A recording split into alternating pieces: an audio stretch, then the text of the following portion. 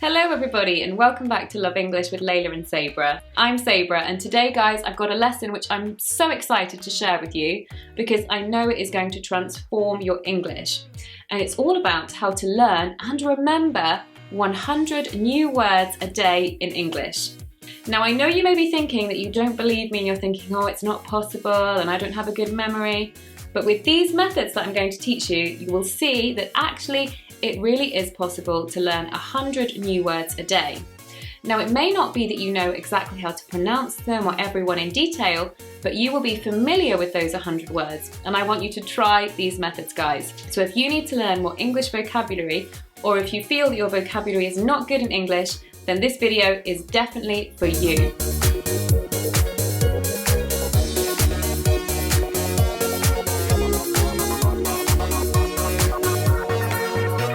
Before we get started guys, don't forget to follow us on our social media and also subscribe to us and click the lovely notification bell until it looks like this. Okay everybody, let's get started. Tip number 1. So what you need to do is to learn words in their word family. 90% of English words have other forms.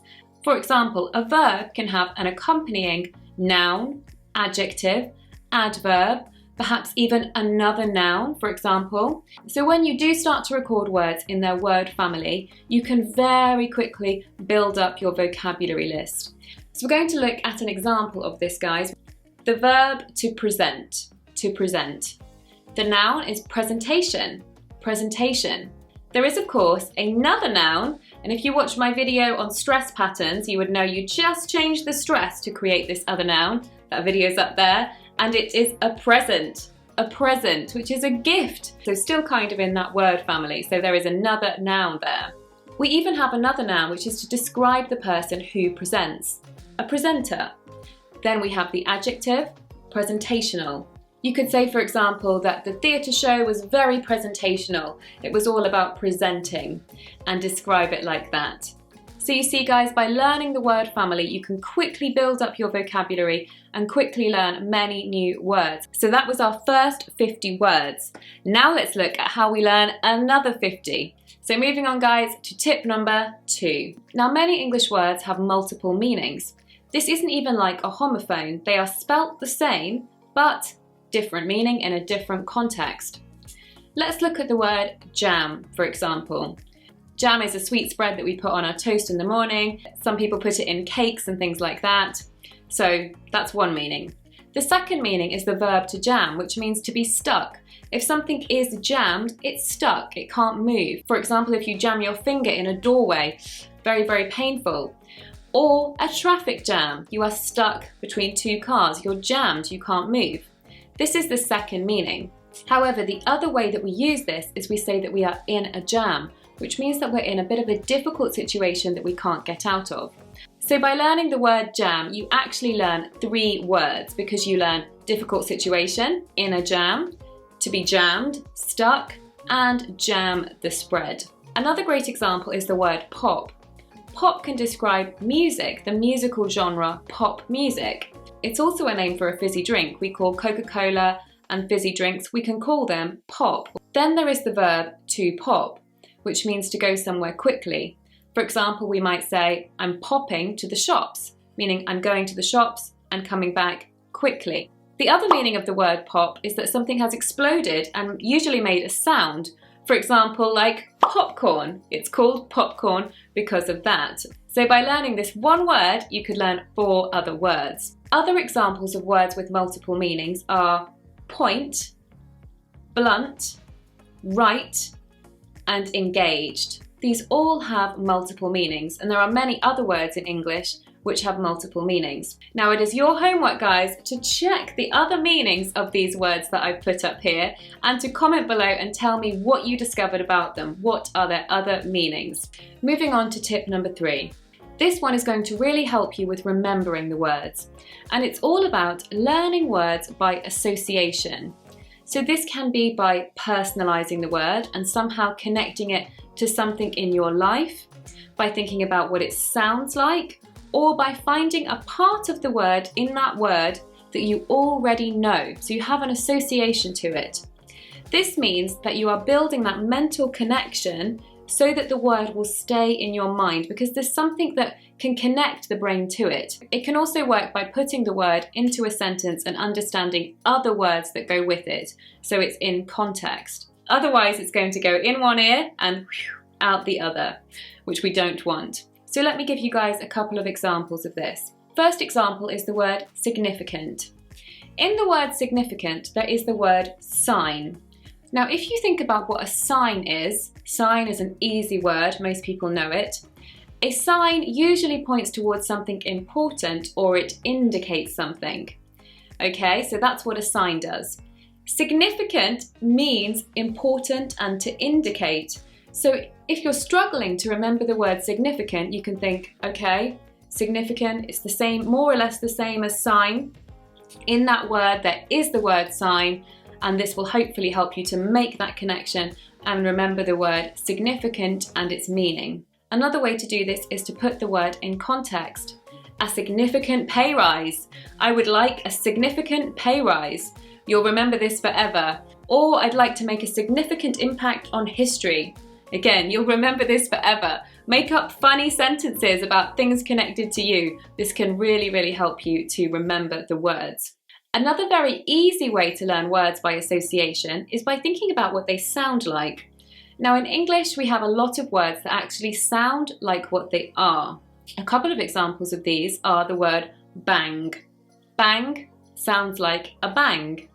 Boom sounds like a boom, another loud noise.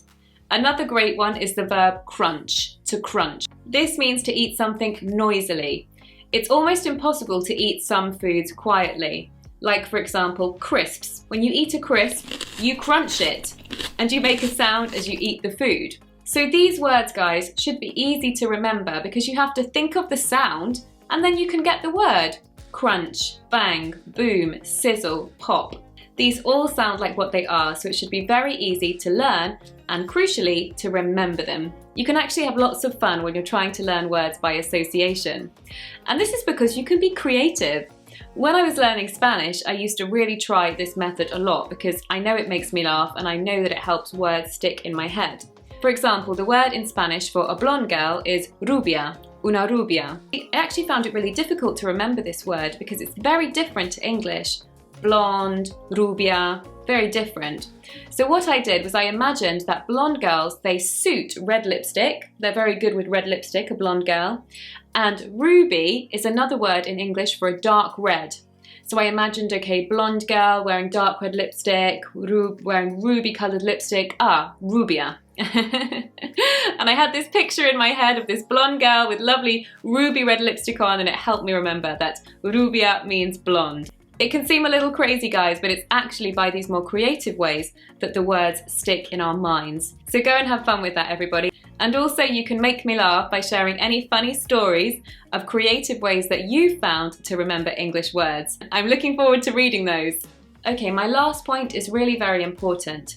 And this is all about how to learn more words by learning very common prefixes and suffixes. Once you know very common prefixes and suffixes, you can quickly build up your vocabulary because you can think of the opposite, what the noun would be, for example, what the adjective might be. Just as earlier we were talking about building that word family. If you know your prefixes and suffixes, that is going to be much easier.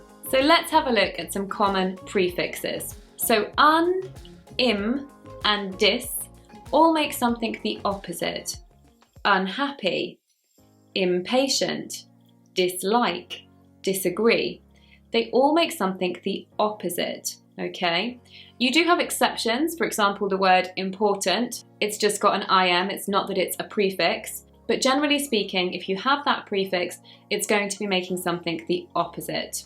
If you have pre as a prefix, it means before, the word prefix, for example. For example, the word a preview. This means showing something, for example, showing a film before it's formally released. Seeing a little bit of it before. This means to do again, like revise, review, reapply, reintroduce. This means do it again. If you see the prefix over, this can be too much. If you see the prefix anti, this usually means opposed to or against. For example, anti-hunting, against hunting. Antibiotic, against bacteria. The prefix inter means between, international, integrate, interracial, interact. And there are many more prefixes in English which you can learn to help you build your vocabulary. In fact, guys, you can learn a lot more about this in our ebook, which we're currently developing, but you can get a free sample of our ebook by going to our website. The link is there. And the ebook is all about how to learn and build your vocabulary. And in that, we talk quite a lot about prefixes and suffixes. So at the end of this video, guys, go and get your free sample. Common suffixes for nouns and adjectives don't have quite as many rules in terms of what they might mean. But you can learn the suffixes, which will help you more easily connect them to words. For example, there is the shun suffix, which is very common for making nouns. For example, conversation, administration, invasion, very, very common for making nouns. Other very common endings for nouns and some adjectives are ship, meant, al, erry. Okay guys, that was my guide to learning 100 new words in English a day. I do hope that you find those tips useful and get much more confident about speaking in English with a good vocabulary. Now guys, do you remember this little fish, Dory? What was her problem? She had no memory. You don't want to be like this fish that forgets everything. So I want you to hashtag below if you're determined to start learning more words in English and not forgetting them. I want you to write a hashtag below, hashtag I'm not Dory. I'm really going to be looking forward to seeing that, guys, so do make sure you comment with that below and you'll definitely get a like from me and a quick comment back. Thank you so much for watching, everybody. Don't forget to follow us on social media and we'll see you very soon on Love English. Bye bye. For example, the word preliminary.